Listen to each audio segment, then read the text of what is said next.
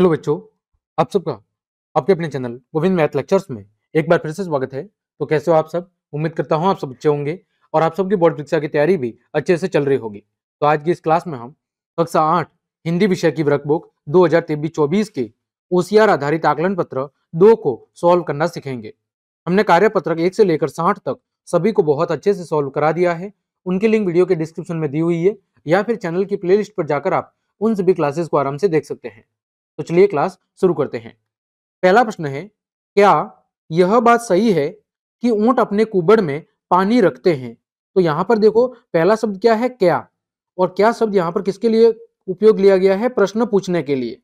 और प्रश्न पूछने के लिए हम जिस चिन्ह का उपयोग करते हैं उसे कहते हैं बच्चों प्रश्नवाचक चिन्ह। कौन सा चिन्ह कहते हैं? प्रश्नवाचक चिन्ह कहते हैं। तो यहां पर कौन सा उत्तर आएगा? ऑप्शन नंबर 1 आएगा। फिर प्रश्न संख्या 2 यहां पर है, नीचे दिए गए वाक्यों को पूरा करने के लिए उचित विकल्प चुनें। रात को आकाश में बहुत खाली जगह दिखते हैं। तो रात में आकाश के अंदर क्या दिखते हैं? बहुत सारे तारे दिखते हैं। क्या दिखते हैं? बहुत सारे तारे रात को आकाश के अंदर दिखते हैं।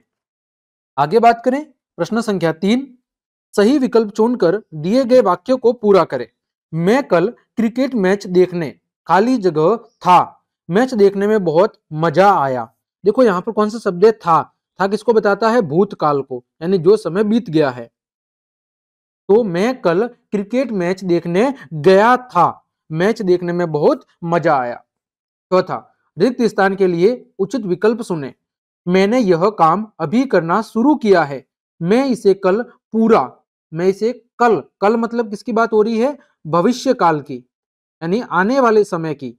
इसकी बात हो रही है भविष्य काल, जो कि आने वाला समय है। तो मैं इसे कल क्या करूंगा? पूरा कर दूंगा। ठीक। पांचवा, सही विकल्प को चुनकर दिए गए वाक्यों को पूरा करें।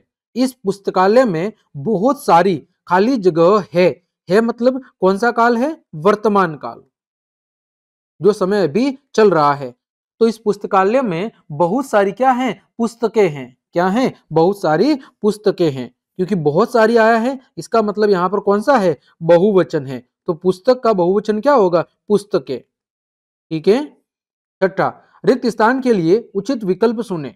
मेरे दोनों छोटे भाइयों में से एक मुझे नियमित रूप से पत्र क्या करता है? लिखता है।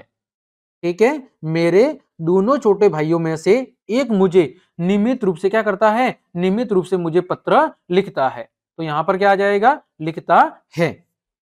प्रश्न संख्या 7 है, सही शब्द को चुनकर दिए गए वाक्यों को पूरा करें। मेरे पिताजी कहते थे कि अज्ञानता के अंधकार को ज्ञान का खाली जगह ही मिटा सकता। तो मेरे पिताजी कहते थे कि जो अंधकार है, जो अज्ञानता का अंधकार है, उसको केवल और केवल ज्ञान का प्रकाश ही मिटा सकता है। आठवां, उचित विराम चिन्ह वाला विकल्प चुने। यानी इनमें से ऐसा कौन सा वाक्य है जिसमें विराम चिन्ह का सही उपयोग किया गया है? तो जो कथन नंबर 2 है, अरे वाह कितना सुंदर दृश्य है, तो ये कौन सा चिन्ह है? विस्मयादि बोधक का चिन्ह है।